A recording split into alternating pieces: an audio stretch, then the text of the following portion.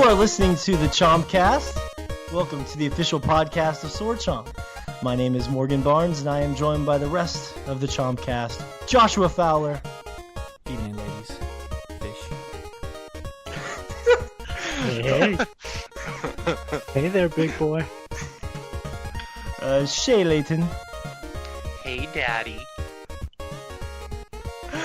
And Fish, you got to follow that up. Anthony Fisher. Am I wearing this strap on right?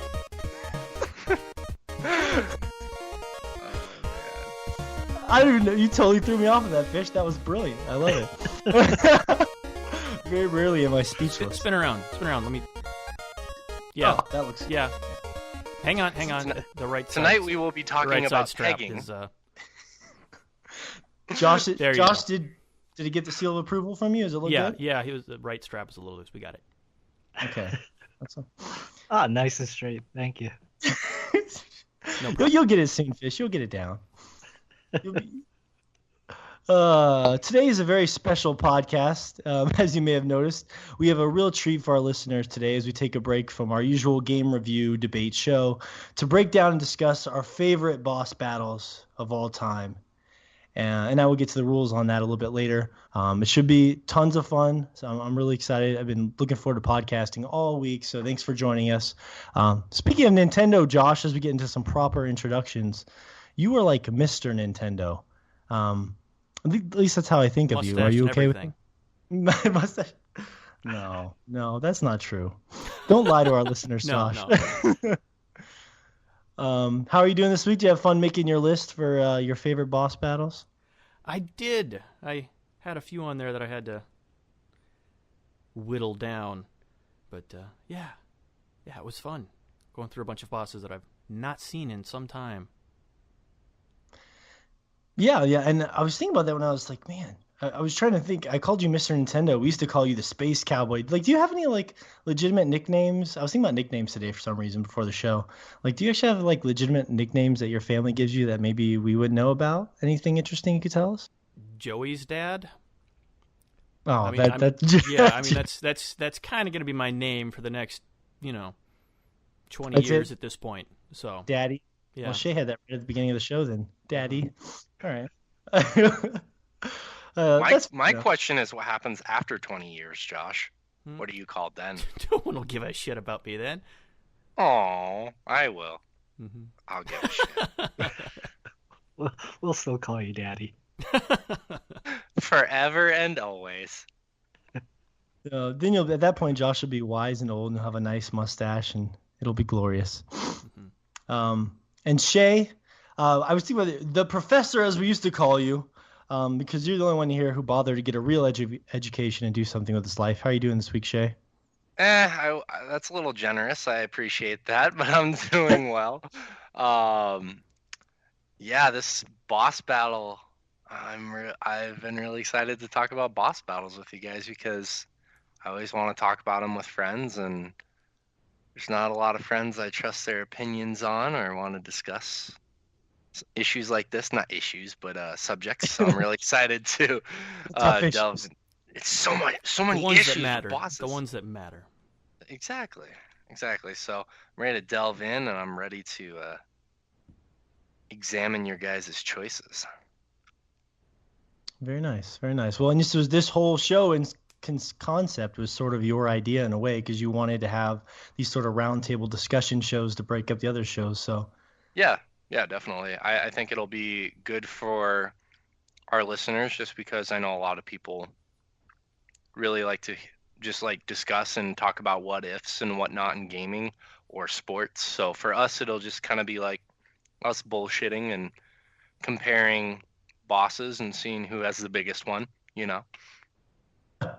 I see what you did there.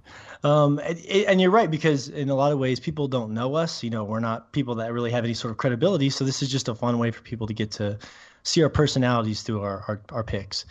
And Fish, we know him as Fish. You know him as Fish. The whole world knows him as Fish. He has the easiest nickname of all of us. How are you doing this week, Anthony? I'm doing great. Had a lot of fun actually putting this list together. Took me down a nostalgia lane. Just a lot of boss fights that I kind of forgot that were actually very meaningful to me, which is weird.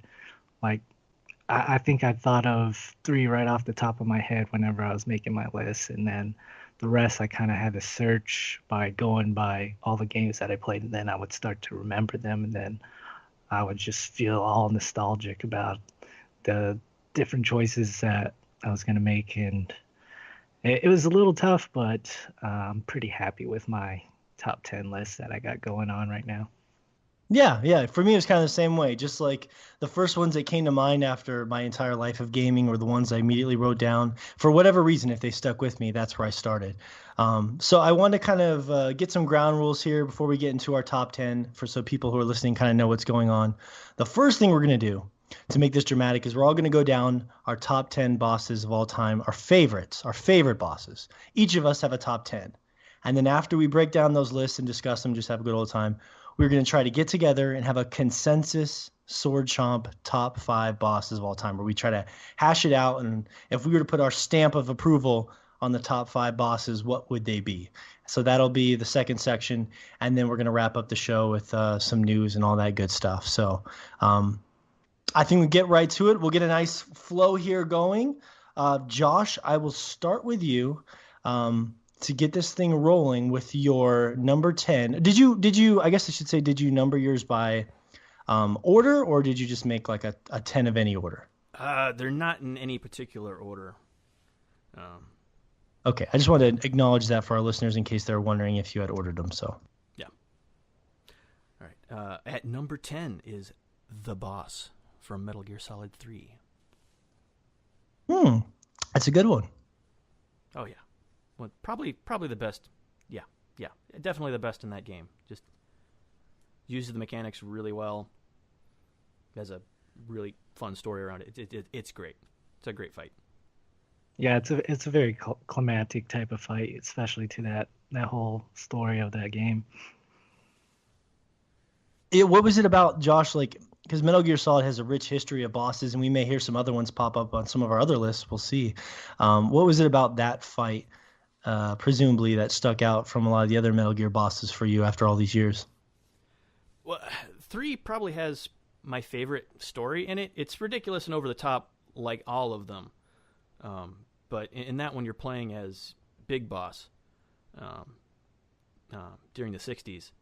And the end fight is against his mentor, kind of like a lot of the earlier games were Snake fighting against Big Boss, which was his father.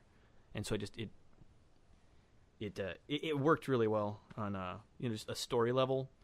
And it was really cool that she was just a powerful woman as opposed to just like a generic dude, which is normally what you would see, right? Yeah, exactly. That and just the location it was in, it's just a field of flowers, but they're actually using that as part of the mechanics too. It worked so well. It's a gorgeous fight, like even now. So. Yeah, that was a beautiful boss fight. Absolutely, I still remember it. Just like you said, the field of flowers. Even on the PlayStation 2, Kojima was pushing that system to do crazy things, and just very vivid imagery throughout that fight. Like you said, also being very climactic. It's just that's a great pick. All right, I guess segueing over to Shay Layton. Yes. Shay, what do you have for your number 10? So I didn't rate mine in any particular order. I just rated them, or no, I didn't even rate them. I just penciled them in according to when it popped into my head. But I put the spider from Limbo because it was such a scary, I guess scary, not in like horrific, but scary as in like adrenaline pumping and anxiety ridden fight. Or it wasn't even really a fight. I don't know what you would describe it. An escape that just happened for a good like sixth to a quarter of the beginning of the game, and it was just so intense how you're like, oh, finally I'm done with the spider, and it just kept coming back, and it had less legs, but it just kept coming back, and it kept wanting to kill you, and it just was relentless. And I think it just provided good. Oh, I forgot about that. It actually, it came back throughout the game, didn't it?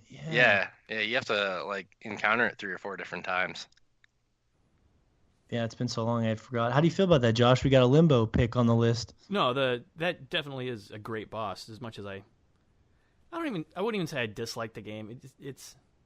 I didn't like it as much as everyone else did, because it was just kind of physicsy, floaty controls that kind of got under my skin, and also just way too short. But yeah, too easy. But, Yeah. I know. I say that playfully. I mean, I'm sure there's a lot of people out there that probably agree with you. Because even though I liked Limbo, because it got under my skin, I guess for the right reasons.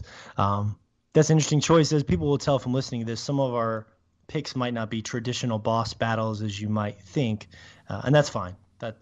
I'm cool with that sort of a choice, honestly. So, as long as the rest of the crew is, we have consensus on that kind of stuff. Yeah, I think that definitely flies. Yeah. That flies. All right, good choice, Shay, for number 10. Thank you. I feel like I'm just going to congratulate everyone on their pick. Great pick. Awesome choice. So don't let me down, Fish. What do you have for number 10? So proud of you. I got Bowser from Super Mario World. All right. Okay. Yeah. I didn't see that coming.